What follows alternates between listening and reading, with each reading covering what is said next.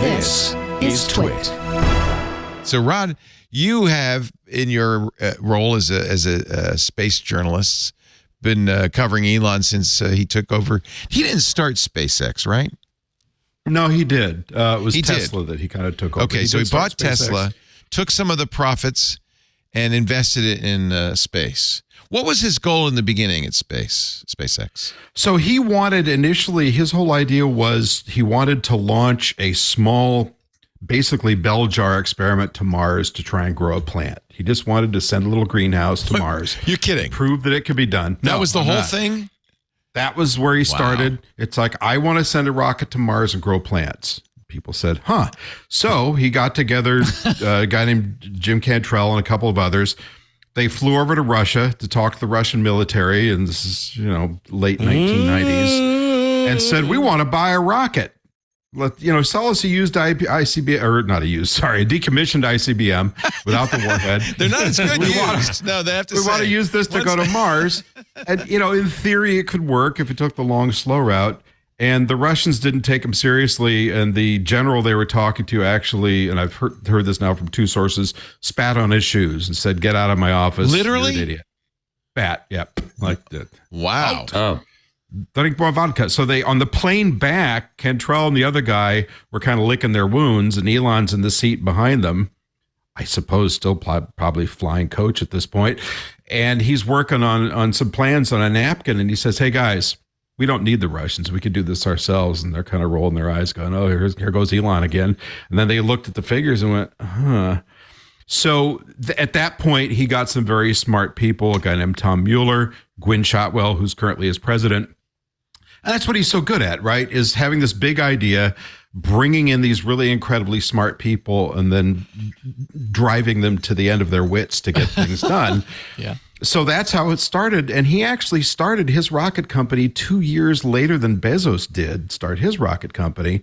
And what we've seen so far is SpaceX basically literally revolutionize rocketry, dominate the global launch market. If it wasn't for SpaceX, the Chinese would be launching 3 times as many rockets as we do, and make it relatively affordable. And, I like what Bezos is doing, but we keep seeing these factories being built. They just finished one at Kennedy a couple of years ago, Kennedy Space Center, and all these trucks of supplies going in the front door, and then we're waiting and nothing's coming out the back. And it's like, where are the rockets, guys? That said, Bezos is selling his rocket engines to United Launch Alliance for their rocket, which is going to launch, the brand new one's going to launch on Christmas Eve. So he is engaging in co-opetition there. Sorry. We used to have a wonderful guy, the late great science fiction author Jerry Pournelle, on our shows pretty regularly. Yeah. He was always a strong proponent of commercial space exploration. He, as a Wikipedia describes him as a paleo-conservative, and I think that's fair. But as a paleo-conservative, he didn't trust the government to do it. He thought that if you really want to explore space, it's got to be commercial interests doing it, perhaps in partnership with the federal government. And Elon's, I think, proven him right. Well, he's proven him right by, initially when he wanted to get Air Force cargo, the Air Force said, nice try, kid, come back when you grow up. This is in the mid-2000s. And so to get his customer, he sued his customer. And wow. His customer said, oh, I guess we notice you now. So they gave him the work. But wow, that's an unusual way of getting a job. It's a very unusual path to what you want. That's so Elon, isn't it? Well, it is. And then when NASA was giving out contracts, they wanted to give out a couple of contracts to build a lunar lander for the Artemis program, which is in trouble. And Bezos sued because he didn't get the first bid, because Musk got it. And as a lot of people pointed out and observed in popular writing, myself included, hey, you were trying to charge twice as much as SpaceX was going to do this. And he said, yeah, but it's not fair. So now the U.S. it's working, but there's a lot of stumbling. Now the U.S. government's kind of over a barrel because they owe so much to Elon, because they've kind of stopped doing so much themselves, that Elon SpaceX runs Starlink, and they pretty much own the space-based internet.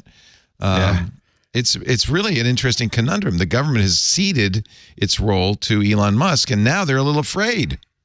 I was nervous making my connection back from Vienna to be here for this show. Imagine being an astronaut up in the space station, dependent upon either Elon Musk or the Russians to get back home. Yeah. Seriously. Yeah, but we're not depending on Elon. We're depending on SpaceX. It's a big company. There's a lot of smart people there, and they're the only people that pulled it off. Boeing was supposed to be the other bunch that were going to build capsules to get astronauts back and forth to space station by 2016, and they still haven't done it once. Not completely successfully. So, and I don't want to tie up too much time, Leo, but I did want to mention one of the stories of recent months that's kind of a big deal, which hinges back on the SpaceX thing, is we just got word from the Government Accountability Office, who are pretty good folks, that surprise, surprise, contain your eye rolls, NASA is not going to make their moon landing date of 2025 that we've all been pretending we believe for the last few years. What's weird about it, that's not a shock, because if you grew up during the Apollo years, that was all running late too. Space is hard. It's a hard thing to do. But we're doing it a second time, right? Well, that's true. So let's bear in mind. But what's slowing it down mostly, the Orion capsule works, the SLS big rocket costs a fortune, but it works.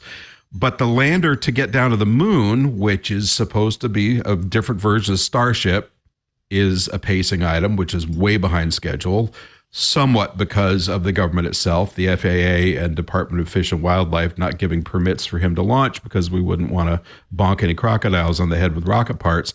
But the other thing is they're having trouble getting new moon suits built because we haven't built a spacesuit in this country other than those pressure suits that are just protect you if you get a leak that SpaceX makes. We haven't actually built an EVA suit since 1988. So the ones they're using on the shuttle and the space station today are from the 80s. You're kidding. So that's become this major slowdown. And it's like, but wait, didn't you do this before? I saw it in the museum, but we've had so much brain drain and retirement that they're having to start over, and it's a real problem. It's amazing that the guy who's doing this also seems to be, well, insane, at least in his social media. Walter Isaacson didn't say he was crazy. He just said he was kind of an AH. Yeah. And Isaacson was on his side and can arguably be said that he was kind of writing a hagiography. So if Isaacson thought he was an a-hole, you can only imagine what he really was. Is he brilliant, or is he just incredibly brash? He's brilliant, brash, and I think at times brutal. We've got to get that third B in there. And loaded. He is a brutal and person loaded. to work for. I mean, but, money buys a lot, doesn't it? If you have vision, or even if it's kind of crazy, and you have billions, things happen. Maybe not the best things sometimes, but things happen. But what would drive a person like that to go from, I want to have a backup drive for humanity on another planet, to buying Twitter? I still just don't get that. This is Tescriel. This is the ego gone mad. Or did he talk himself into it completely by accident just by snarking off one day? Because he thinks he's smarter than all the politicians. He's smarter than all mankind. This is part of long-termism, is that they think they are in the extreme. They think they are the ones to use these resources best for the future of all humankind.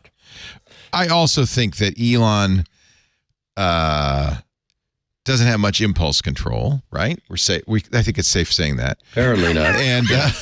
And that's really safe. Very impulsively made an offer for Twitter, not expecting really that he would get it.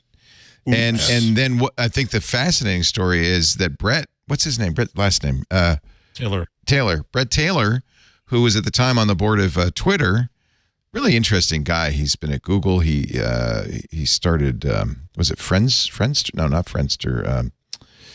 Another social network. He's a really interesting guy. Basically held Elon's feet to the fire and forced him to live up to his, I think, very ill-planned promise. And Elon had enough money and had enough contacts to be able to get $44 billion together to buy it. I don't think he ever wanted it.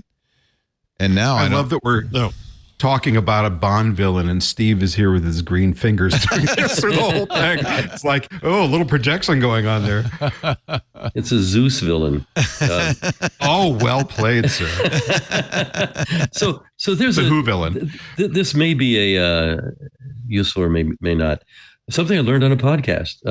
It was one of the Ringer podcasts where Ben Affleck was being interviewed, and I'm not going to get this exactly right, but it's close enough to be applicable. He said the problem with celebrity isn't just that you lose your anonymity, but you can't trust what you can't totally trust yourself because you're not operating in the same reality as everybody else. Yeah, you're detached. You're not walking the streets with the ordinaries and interacting with the real world. And I think that's what's happened to this guy. I think he's detached. He really, and part of the evidence to me for that is that it isn't just that he does trolly things on Twitter. It's that he's repeating stuff that he's doing no fact checking whatsoever, just none. He's just yet another right-wing troll saying right-wing trolls and repeating stuff that other people have, he retweets or re-X's apparently, icky stuff without really checking, and that seems to me like it's weird and it's stupid. But I think it's because he's detached. I think Bezos had a similar thing happen. I mean, Jeff, I don't know, but we used to go to conferences, probably you too, Leo, we'd hang out with Jeff Bezos. He was a nice guy. He laughed like Pee Wee Herman, but but anyway, but he was like a regular guy. I enjoyed talking to him. Not much, but he was very approachable, sensible. And now he's like all these guys. You notice too, they all build up their muscles. Zuckerberg's done it too. Well, they have time. They have time. They have money, and they have vanity. And I know people who work for Meta who just think that Zuckerberg is also out there somewhere. What he did with the virtual reality is they spent like $40 billion or whatever it was, and came up with a goose egg. And let us note, these are all men. We on this panel of men must speak the truth about our gender. We're effing up the world. We've done it for centuries, for millennia. It's time to hand it over. I agree. I agree. Just end it all. But it's got to be difficult, and I'm not defending either of them, but who are they going to turn to for the truth? I mean, at least Bezos might be able to get some straight pillow talk from his. Are they married now? They're married, right? No, I don't think so. There's a big ring. There's a big rock. Yeah, okay. I don't know from if his the wedding from his fiance. Fiance's fair. Who the heck would Musk be able to ever talk to, and who can talk to Musk? I mean, I'm not sure he's the best listener, but where do you go to get straight talk when people are either terrified of you or after your favor? Yeah, it's got to be very tough. And it's not at all clear that Elon wants straight talk. Oh no. I mean, he's wants to believe what he wants to believe. He really does think that he has all the answers. And, one of the things that we were just talking about, Jeff, you were mentioning that it's, men who are running everything and screwing everything up. Force of personality goes a long way. There are a lot of people who, they just don't want something bad enough. They're not pushing. They're not screaming and jumping up and down and having a tantrum and demanding. And so when someone like Elon does, the rest of us go like, oh, okay, if you want to go do that, that's fine. So it very much seems that there's a personality, a raw personality, in addition to, yes, intellect and upbringing and everything, but there is a force that these people have that is part of their long-term success. Look at Steve Jobs. I mean, no one says he was a wonderful perfect example. Hang, perfect, right? Yeah. I think the other thing is that, and social media has made this possible. YouTube, overexposure of broadcast media and so forth. We're all a little bit of good and a little bit of bad, and maybe we just see. Henry Ford was no hero. Oh my God. Thomas Edison was kind of a jerk, but we didn't maybe know that as much as we would now. I'll bet Gutenberg was a good guy. Of course you'd say so. He lasted 500 years. Yeah. Everybody looks good 500 years later. Are you kidding? Well, can I just mention one more thing about Musk? I found it shocking. So I watched that whole hour and 15 minutes, I think, of that New York Times stage thing he did where he told his advertisers to go F themselves. Oh, my God. And when asked about his hard turn from being center left to full right politically, he attributed, this is so childish, I couldn't believe it. He attributed the whole thing to losing face, although he didn't put it that way, because he wasn't invited to the EV fest by the Biden administration. Now, I understand that was because of union factors, and it was not a good thing to do. It was not a smart thing to do for Biden. But really, you're going to completely change your political and social philosophy based on one snub? Never underestimate the power of vindictiveness. Look at Look at the Oppenheimer movie, which is really all about just about vindictiveness.